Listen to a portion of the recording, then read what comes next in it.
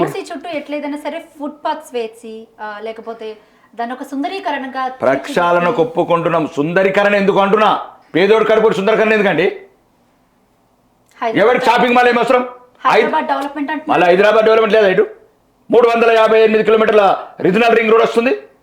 50 లక్షల ఎకరాల భూమి, లక్షలాది ఎకరాల భూమి వస్తుంది. మీరు భలే మాట్లాడుతున్నారు. అవుటర్ రింగ్ రోడ్ ఇంకా కంప్లీట్ కాలేదు.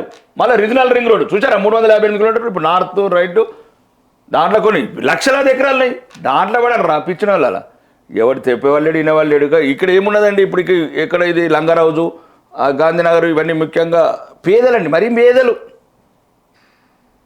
ఏమున్నది? వాళ్ళకి నష్టం కాకుండా వేద్దాము. వాటర్ నల్గొండకు సాగునీరు ఇద్దాం. మాకు నల్గొండ మీద రైతుల మీద ఇబ్బంది లేదు. కానీ ఏదైతే మీరు పక్కన షాపింగ్ మాల్లు, ఐమాక్స్ లాంటి థియేటర్లు, పక్కన బార్లు, పబ్బు కల్చర్, మరి రేవంత్ రెడ్డికి ఎందుకు ఈ మధ్యన అది కూడా పట్టుకున్నది?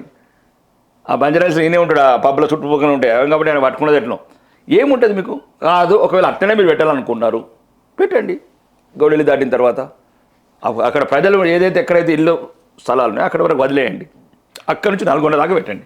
డబ్బులు ఉంటే అడికన్నా పోతారు రాదా? మొయినాబాద్ పోతలేరా? చేసుకొని రా బాబు, డబ్బు ఉన్నది కదరా. పేదోళ్ళ కన్నీళ్ళు ఎందుకు తాగుతారా? అంటే బీజేపీ వాళ్ళకి ఎవరికి లేవు ఫామ్ హౌస్లు?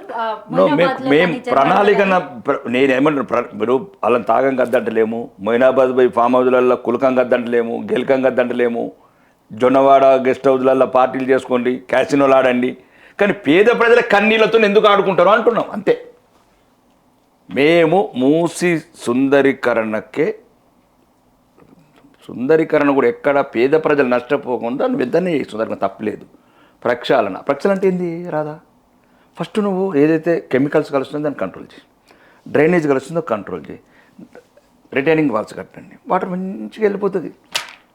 మీరు ఇందాక అన్నారు స్టేట్ దగ్గర అసలు బడ్జెటే లేదు అని చెప్పి, అదే స్టేట్ గవర్నమెంట్ దగ్గర దాదాపు దీనికి మూసి రీజెన్యువేషన్కి 1,50,000 కోట్లు ఖర్చు పెట్టబోతున్నారని న్యూస్ బాగా సర్క్యులేట్ అవుతుంది. అసలు ఎంతవరకు వాస్తవం? అంటే 1,50,000 కోట్లు పెట్టే అంత ఉందంటారా దానికి? ఈరోజు తెలంగాణ ప్రజల పాలిట అది ఒక గుదిబండ అండి. ఒక ఎకరం వడ్లు వండియాలంటే 13 లక్షలు ఖర్చు అవుతుంది. ఎకరం పంట వండిస్తే వచ్చేది 65,000.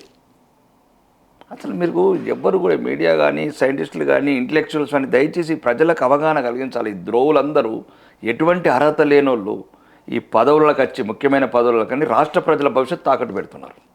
అంటే స్వయంగా కాంగ్రెస్ నేతలు ఈ 1,50,000 కోట్ల బడ్జెట్ని ప్రకటించడం జరిగింది. కొన్ని ఏం చేస్తారు? 1,50,000 కోట్లు ఏం చేస్తారు చెప్పండి? పంచుకుంటారు కదా, దొంగలు పంచుకున్నట్లు. అలీబాబా, చాలీ చోరని పంచుకుంటారు. చెప్పండి ఏం చేస్తారు? ఏంది 1,50,000 కోట్లు అంటే? కదా పేద వందలాది కిలోమీటర్లు చేస్తేనే 2,000 కోట్లు అయింది. గంగా నది ఏమో ఇంత అయింది, అన్ని వందల కిలోమీటర్లు చేస్తే.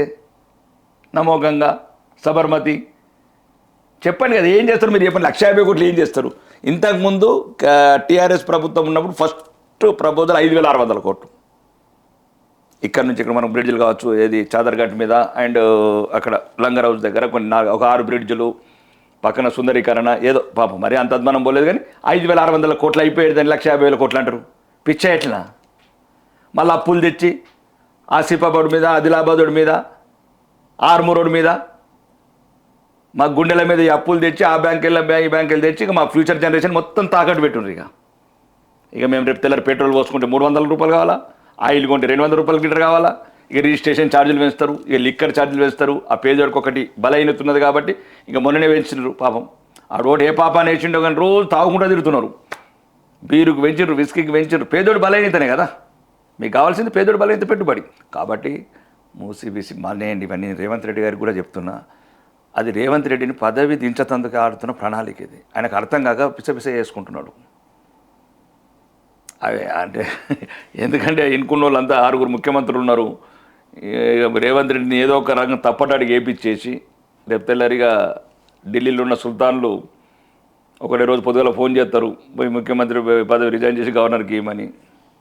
కాబట్టి మూసి అనేది ఒక కాంగ్రెస్ నాయకులు, కాంగ్రెస్ ప్రభుత్వం కుట్రలో భాగం. పేద ప్రజల పాలిట అదొక శాపం. కాబట్టి దాన్ని ఎట్టి పరిస్థితిలో కూడా ఒప్పుకోము. మీరు ప్రక్షాళన చేయండి, సాగునీరు తీసుకోపోండి, అంతవరకే. బీజేపీ పార్టీ, కాంగ్రెస్ పార్టీ తెలంగాణలో ఒకటే వైపు అడుగులు వేస్తుంది. ఏమంటారు ఈ మాటకి? BJP Congress yes, BJP comment కూడా విన్నాను ఇక్కడ.